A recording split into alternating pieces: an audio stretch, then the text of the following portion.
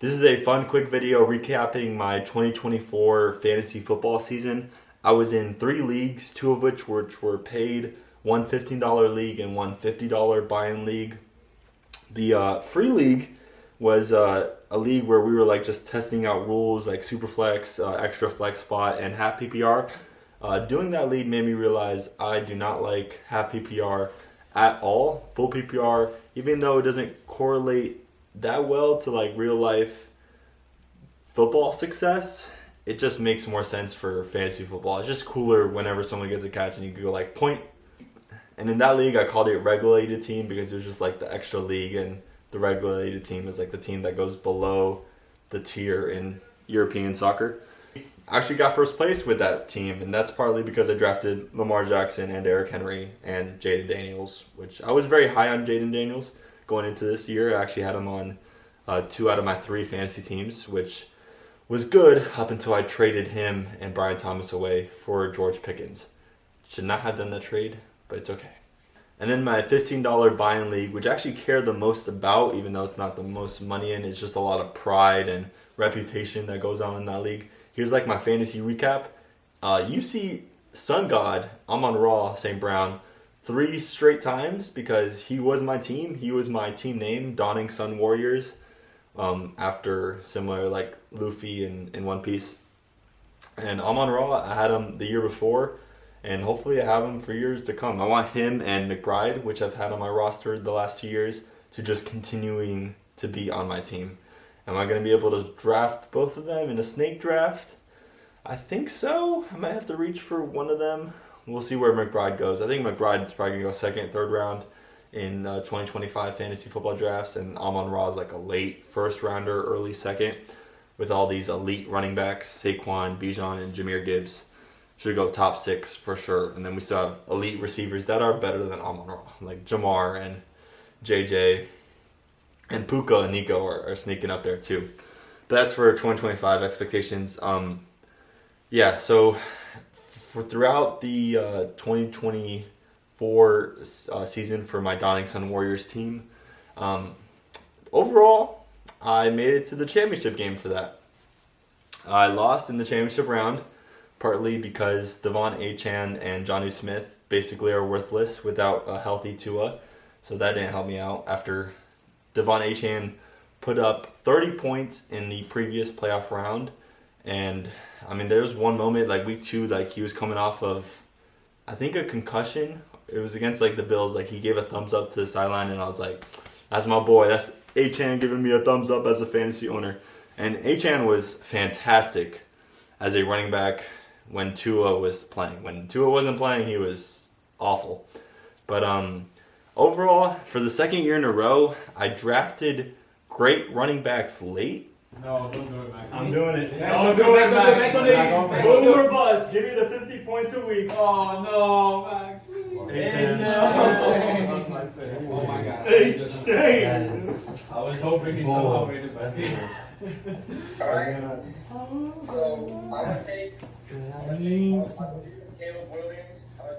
And got lucky on the waiver wire. I mean, at one point on my team, I had Bucky Irving, which I dropped, and JXN, which I dropped, and Lad McConkey was on the waiver wire. I didn't pick him up at one point. So those were players I had on my team at one point, but I dropped because I'm not really too patient with my bench. I like to just rotate players, and that seemed to work out for me because I picked up fantasy studs like Chase Brown and Jonnu Smith off the waiver wire.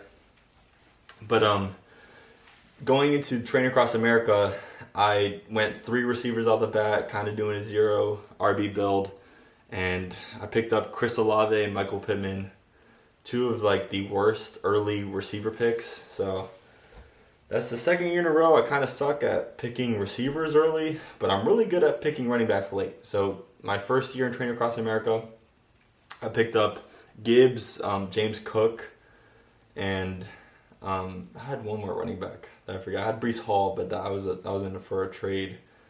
And I had one other good running back. I think Travis Etienne. Yeah, I had Travis Etienne, who went off for touchdowns. And this year I picked up Achane in the 4th round, Montgomery and Swift in the 6th and 7th, and then I went B-Rob in the 10th round, who kind of finished quiet, but it was a good start. And I drafted B-Rob because I knew the Commanders were going to be good. I believed in Jaden Daniels, so much so that I picked him up after week 1 as my quarterback. But I started like the wrong quarterback like this many times. So I was just like horrible at being a good fantasy head coach for Train Across America and starting the right quarterback.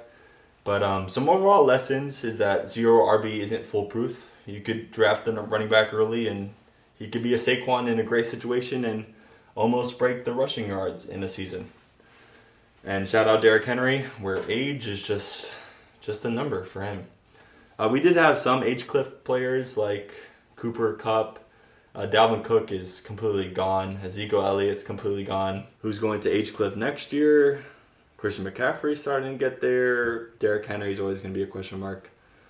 But it was a fun fantasy year. I definitely learned to not pick rookies at all in the first 2 rounds, no matter how good the recent trend of rookies finishing high. Like Brian Thomas Jr. and Jaden Daniels, which I did package in a trade for Tua and Pickens. I lost that trade. I don't think I've ever done like a beneficial trade for me in the end of the season when looking back on it. In the moment, I thought it was good, but I should have just been more patient with Jaden Daniels and Brian Thomas because rookie receivers finish strong. Look at Ladd, look at Brian Thomas, look at Malik Neighbors, look at Jalen McMillan. Keon Coleman was slightly quiet. I don't think he'll be like higher than a 7th round pick next year in 2025. And then for my Macy's Coat Rack League, which is off of the famous Keon Coleman quote. Guess where I got this from, though? I'm saying you got to guess. You're going to be wrong, though, but guess. Time is up. Nah. Macy's. What you mean? they be on sale on the rack. All the colors. Right. Exactly. Look, $79, $89. Nice little deal. You can get the trench coat for like $100. Nice little. I'll take it up personally. In that league, I drafted Josh Allen in the 3rd round. And then in the 4th round, I didn't want to draft this player on draft day. Like I promised, like I was so apprehensive, but it was just like the best player available, and this guy was falling like 10 slots. I picked up Travis Etienne. He was a bust for me, but luckily I drafted J.K. Dobbins later and James Conner. So in that draft, I did go 0 RB once again, and I had Justin Jefferson, A.J. Brown, Malik Neighbors, and Rashee Rice. RP, Rashee Rice, and Chris Godwin. They burned too bright. So that team did very well. Started off 5-0, and I also won a playoff game there. So going into this fantasy year, I had 0 playoff wins. I had 1 playoff appearance. Exiting this, I have now 3 playoff wins and now 3 playoff appearances. So overall, my record in the playoffs is now I got 3 wins. I'm 3-3 in the playoffs. So even record. Made it to a championship game, which is all I really hoped for, but did not get the victory yet. So my name doesn't go on the trophy, and I don't get any money because 2nd place doesn't get any money either.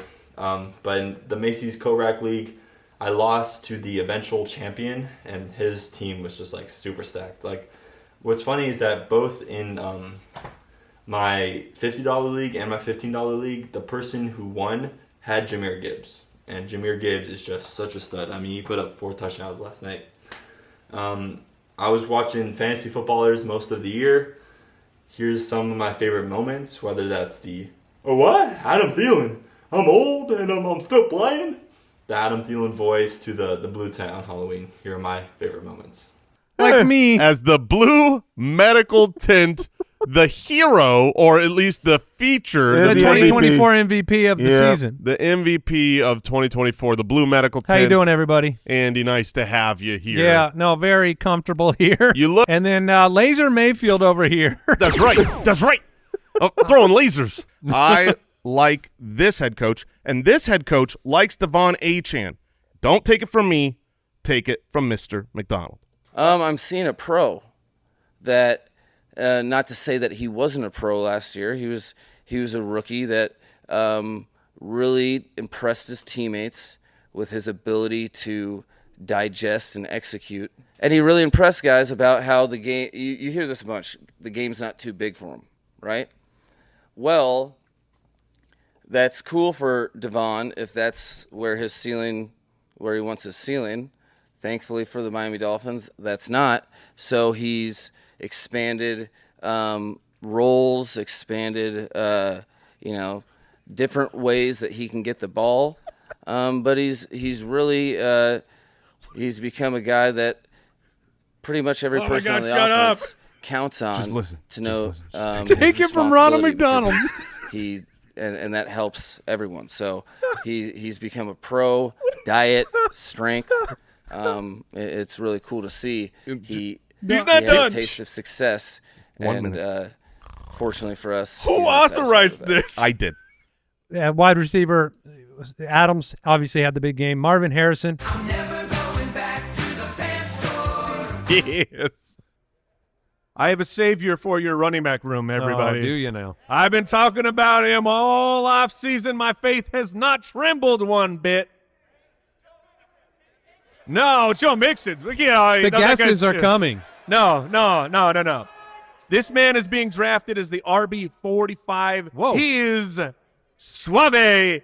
He will save your teams, Mr. Rico Dowdle. It's quite the introduction. And throughout this year for Trainer Across America, since I'm the commissioner, I had an amazing draft day. And the Debo guy actually won.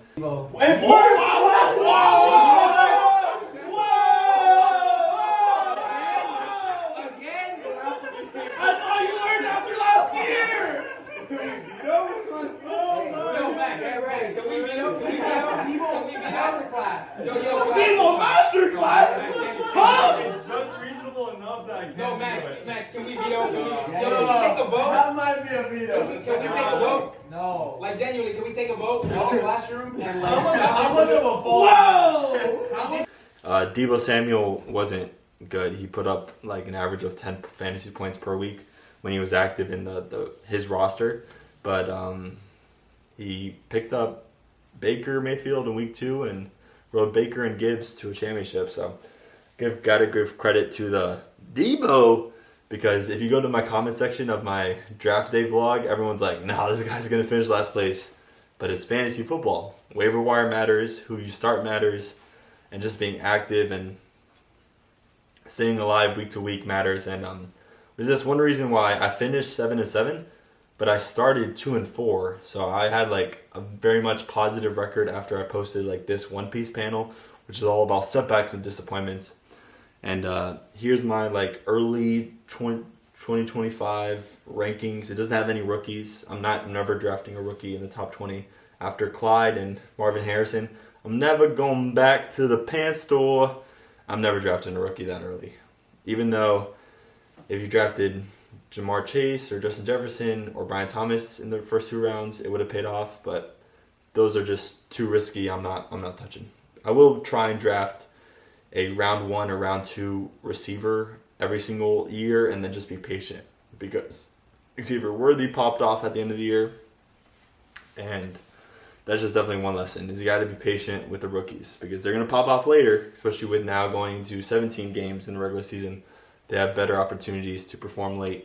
You just got to be patient. So, for next year, I'm not doing the $50 league anymore. I'm going to exit that league. And then for my Trainer Across America league, which is a league that I really hope continues for a decade or more, we're probably going to go to Superflex, but just keep the other roster settings the same. Hopefully I draft Brandon Aubrey or Jake Bates as a kicker next year. Might draft him round 8, because why not? Kickers kind of matter, and you want a good kicker.